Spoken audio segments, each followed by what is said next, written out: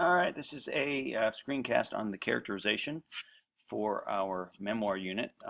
Marguerite Johnson, uh, she is a person that will not be put in her place. She is a person that is highly determined and that the word no is not in her vocabulary, which is what pushes her to, despite the people not allowing her to be a streetcar conductorette, is able to become one by the end of the story. Miss Hurd, she wants to inspire young minds to find what they have to say in the world and will not give them an excuse not to say it. So they can, it doesn't matter whether you struggle with writing, it doesn't matter whether your story you might feel like your story is not worth telling or you don't want to tell that story. She's going to push you, she's going to work you, she's going to charm you into having a voice in the world.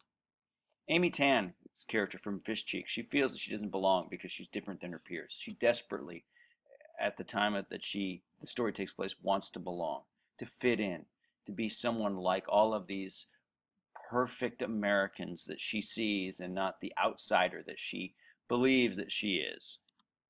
Rodolfo from Celebration of Grandfathers, he sees the value in the old ways. He sees that although he might be younger, the ways of his grandfather can teach him a lesson.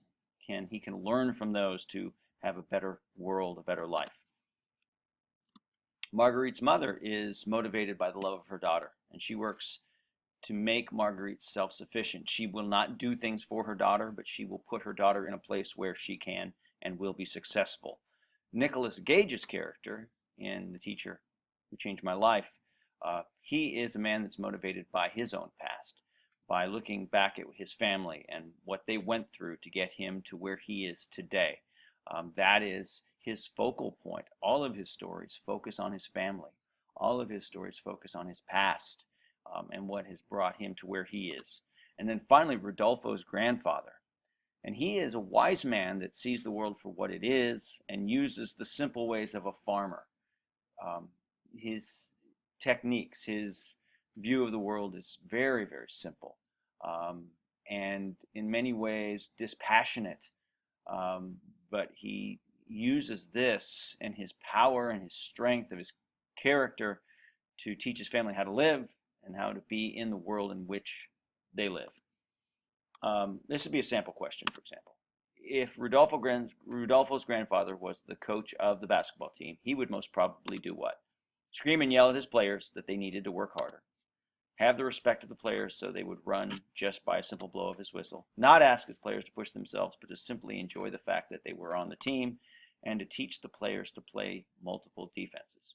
So out of these four, the most likely answer based on the story would be B.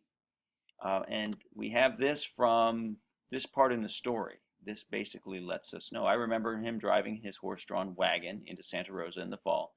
What a tower of strength seemed to come in that small man. One click of his tongue and the horses obeyed.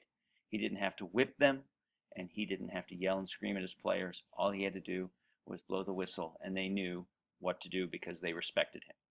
That would be a sample question that is the character based on what the character does and is in the text. Alrighty, thank you much. Good luck.